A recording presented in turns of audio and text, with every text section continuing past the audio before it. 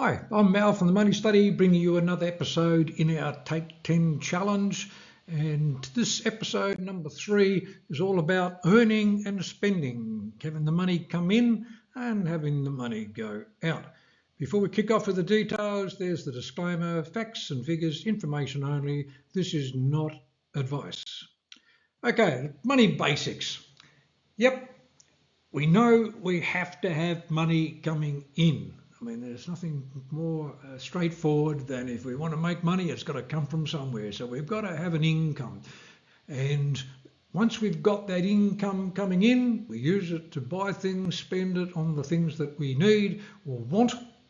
And of course, we need to spend less than we earn. Otherwise, we need to borrow money, which may or may not be a problem depending on how much, when, and what we're going to pay back and what we're buying, and so it goes on, which we'll cover in future episodes.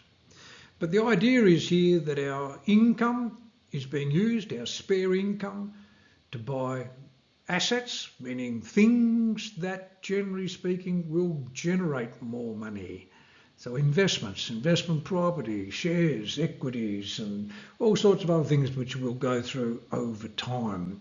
And so we're looking to build our asset base, build these things that are basically generating income, or perhaps they go up in value, so we have what's called capital growth. And ideally, we're not building our debt levels up, unless we are buying some very large investment property or investment portfolios. We're going to take that money and we're going to invest it sensibly. What does sensibly mean? We'll go through what sensibly means in future episodes here, but we're looking for somewhere to put this money that makes sense to you and your circumstances, where you are right now, what you're trying to achieve. It has to be taken into account. And not only are we going to invest it sensibly, we're going to understand the sort of risks that we're taking on. So we're not going to get blindsided by something happening that we certainly were not expecting to happen, or the possibility of that happening. So we're going to have to understand this, what rewards we can expect, but also what sort of risks are we actually taking on to hopefully get those rewards.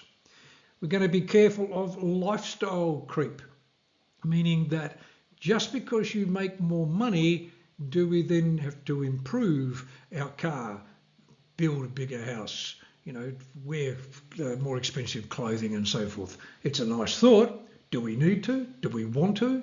Two different things there. But we're going to make sure that just because we're earning more money, we're not spending more money to the point we're no better off. Are we really indeed taking some of this spare extra money and utilising it in the most sensible way? So, yep, income's a necessity. That's pretty obvious. And of course, the income can come from our job, and that's where the usual source of our income is coming from initially, anyway, when we're starting off here.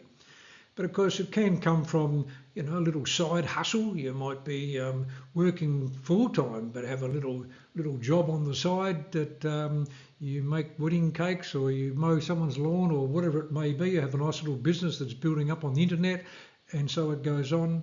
So we can indeed be having income from our employer or our own little business, as well as having other supplementary things. You might even have another part-time job, because this is just increasing our income. There are tax issues, which we'll talk about tax in future episodes, but generally speaking, if we can make more money, yes, we'll pay more tax, but we are making more money. I don't mind paying extra tax. It means I'm making more money. And of course, ideally, we've got this other source of income where we're actually making money from our investments. So we've got money that we're making by working and using up our time, and also we've got this money coming from our investments. So they are making money, hopefully, while we're lying in bed. And of course, the idea of the game is to keep on building and building and building all of these other assets and so forth with our investments, so that eventually we don't rely on the employer wages. You might want to do it because you enjoy it, a bit like someone who creates financial videos.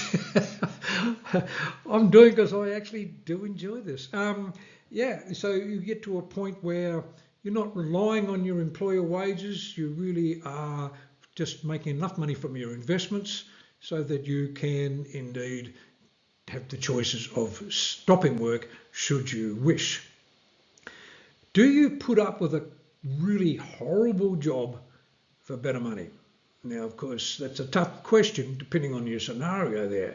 But I've had plenty of horrible jobs over the years where it was absolutely a necessity that I just couldn't afford it at the time to throw it in. Well, I thought I couldn't. I remember working as a financial planner for a bank when I first started out in the financial arena. Oh, worst job I've ever had. It was horrible, absolutely horrible. And it was starting to make me sick. It definitely was causing me problems health-wise. And so I realised pretty soon that, this is completely unsustainable. And I had to go looking for alternatives. And because that was leaving the bank was the best thing that I ever did. But this whole business of putting up with it, if it was a case that you had a goal and you really thought, okay, I just need to grit my teeth here for 6 months or 12 months because that extra money I'm going to get, will get me a deposit on my house. People who might have gone off to some, mining town and earned big dollars for a year or two, making the sacrifice for the family to go and do that, knowing full well that it does have a time limit. Fix you far more physically and mentally if there's no time frame set. So I'm in this job, I just cannot see myself getting out because I can't afford to. That's when we're going to make significant changes. Easier said than done, of course. And then, of course, if we are earning good money, can we do things to reduce our tax? Legally, of course, we're just looking for minimisation. We're not looking for tax avoidance, but we're looking for ways to reduce our tax sensibly. And we don't just do a strategy with our money just to reduce tax. Any strategy has got to make sense in its own right, and hopefully we can get a tax advantage from doing it. But depending on what tax bracket you are in, and we'll explain tax brackets later on, and how old you are, close to retirement, what's your family situation and so forth. All of these things have an impact on your decisions as to what you could or wouldn't or couldn't do as far as minimising your tax. And of course, so the income comes in, we're using it to buy things that are going to build up our wealth, but of course we still have to spend the money to get by on a day-to-day basis. So you've got to understand is what do I actually bring in net terms? So after my tax has been paid on my income, what am I actually getting? That's easier for someone who's an employee because they can look at their pay slip and they see they earn 100,000 gross before tax and that they're walking away with 70 perhaps after tax and other deductions and so forth. It's what goes into the bank account is basically the net after all those things have been paid. Now, say a self-employed person may still have to put money aside to pay the tax later on. A bit easier for an employee to understand what is their net situation. But we've got to understand what amount of money is ours. After the government's had their take, how much is ours? And then what are we then going to do with it and what do we need to do with it? And understanding what we spend, so this is basically we're looking at budgets and so forth, we'll be talking about that in a future session. The difference between what we're bringing in and what's going out is our savings capacity. It's the spare money, the money that can be used for options, things we want to do, need to do, should do, and so it goes on.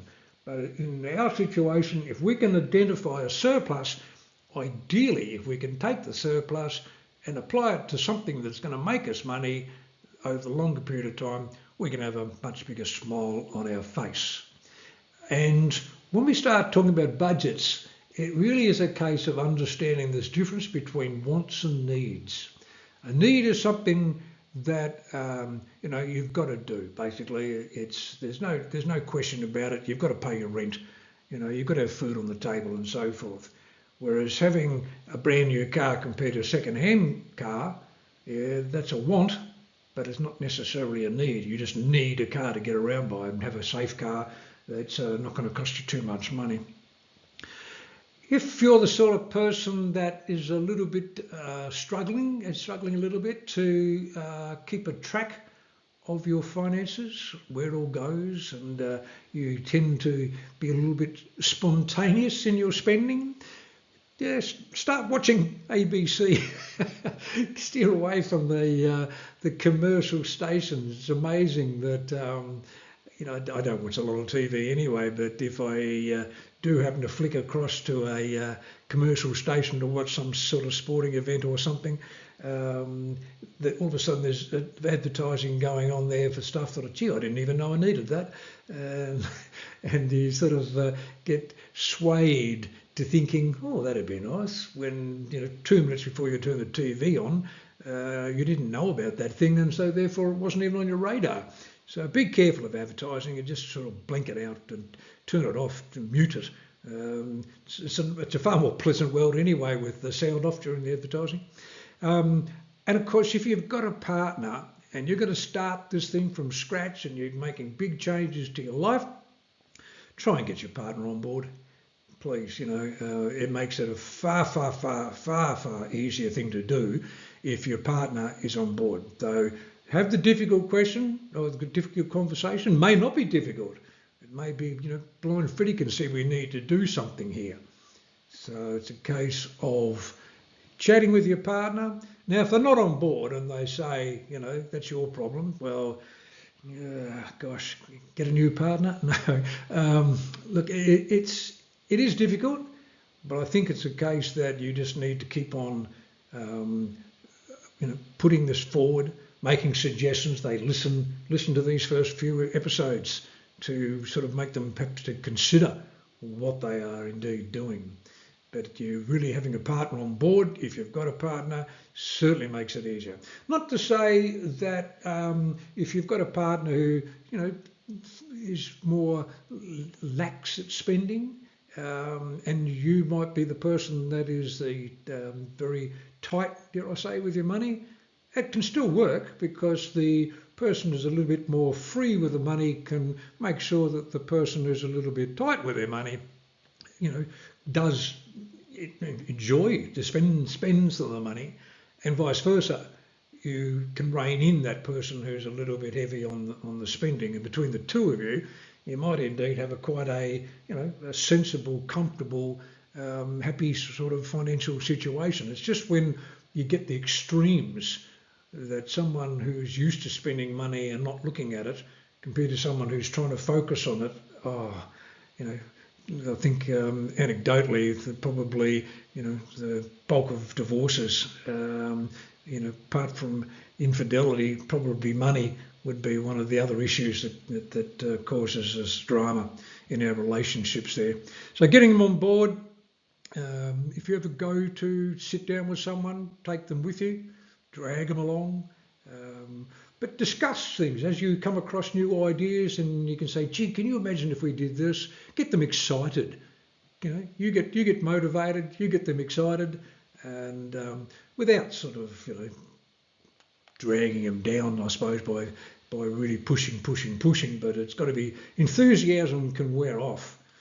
Can actually sort of take off. You can, if you're enthusiastic about something and people can see your eyes light up, that can be very beneficial to the person listening. So, and of course, with all your spending and earning and so forth, it's always a case of looking a little bit further down the track. If you are expecting any significant changes in the short term, you've got to take these into account. So, is it a good change? Meaning you're going to have a loan paid out, your lease on your car is going to finally be paid out, you're going to get a promotion. Inheritance may not be a happy thing, but from a financial point of view, could be advantageous there. As opposed to negative situation where you're perhaps cutting back your hours, ill health, having children, that can be expensive, dare I say. Relationship breakdown, as I said, not a good relationship breakdown is definitely not a wealth creator, that is for sure. Buying a new house, moving, all those sort of things that are going to cost you money, Don't just bury your head in the sand and say, okay, I'll worry about that when it happens. No, if you know it's going to happen, let's start planning for it. So when it does happen, we can either take advantage of it or we've already planned what we're going to do when it actually does happen. So we're starting to think about what comes in and what goes out. We're going to get a little bit more focused on all of this in future sessions. We're here to help at any time on our website there. Look forward to you joining me in another session.